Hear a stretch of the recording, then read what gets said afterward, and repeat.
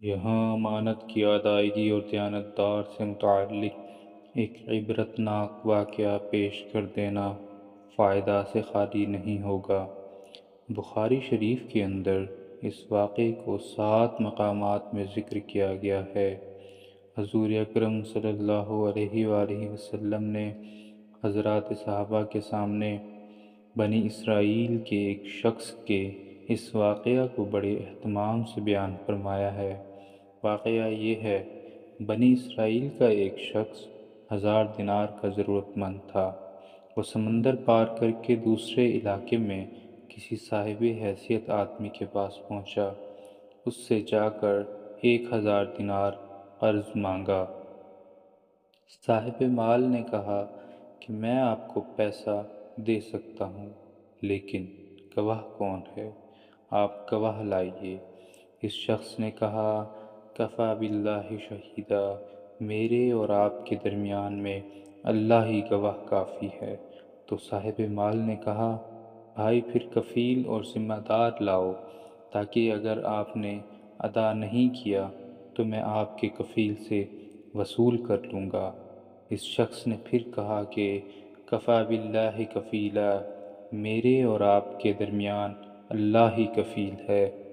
صاحب مال نے کہا، یہ بات تو تو سچ کہہ رہا ہے، لہٰذا ایک مدت متعین کر کے 1000 دینار اس کے حوالے کر دیے گئے۔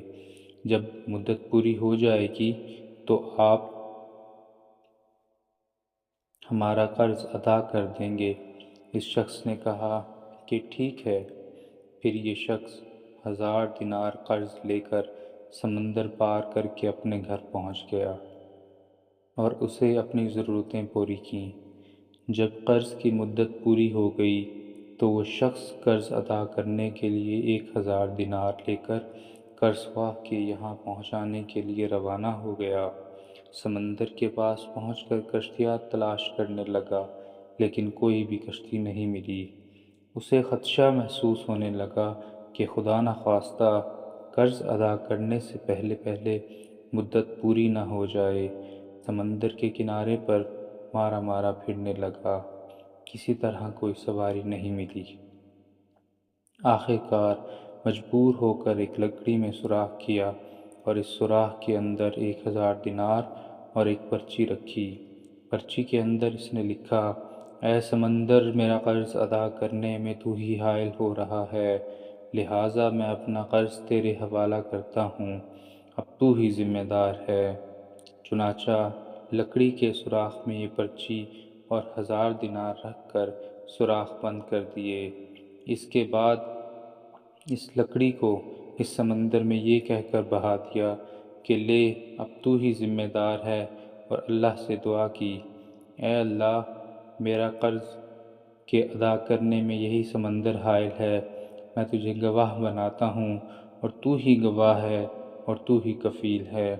جب قرض کی مدت پوری ہونے لگی تو وہ شخص قرضدار کے پاس پہنچنے کے لیے سمندر کے کنارے پر پہنچا تو اسے بھی کوئی سواری نہیں ملی۔ اتفاق سے اس کے سامنے سمندر سے ایک لکڑی بہتی ہوئی آئی۔ جب وہ لکڑی سمندر کے بالکل کنارے پر آ گئی تو اس نے اس ارادے سے اس لکڑی کو اٹھا لیا کہ گھر میں عورتیں کھانا پکانے میں ایندھن کے طور پر استعمال کر لیں گی۔ گھر لے کر جا کر اس لکڑی کو چیرا تو اس کو 1000 دینار اور وہ پرچی ملی۔ اب اس قرض خواہ کے اوپر جو کچھ عبرت ہونی تھی ہوئی۔ قرضدار نے بعد میں پھر اپنے طور پر 1000 دینار کا مزید انتظام کر کے قرض خواہ کے پاس آ کر پیش کیا اور کہا کہ لو اپنا قرضہ۔ تو اس قرض خواہ نے کہا کہ آپ کا قرض مجھے وصول ہو چکا ہے اور آپ کی پرچی بھی مجھے مل گئی۔ تو دونوں شخصوں کو اپنے طور پر جو ایمانی پختگی ہونی چاہیے تھی وہ ہوئی۔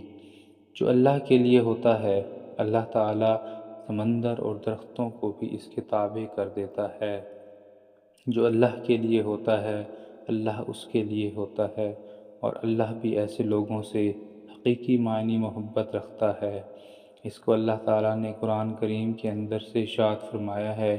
اس حدیث شریف کے الفاظ بخاری شریف میں کافی طویل عبارت میں موجود ہیں، لیکن ہم ایک مختصر سی عبارت بخاری شریف کی نقل کرتے ہیں۔ حضرت ابو ہریرہ سے مروی ہے، حضور صلی اللہ علیہ وسلم نے فرمایا کہ بنی اسرائیل کے ایک آدمی نے دوسرے سے 1000 دینار قرض مانگا تو اس نے اس کو 1000 دینار دے دیا۔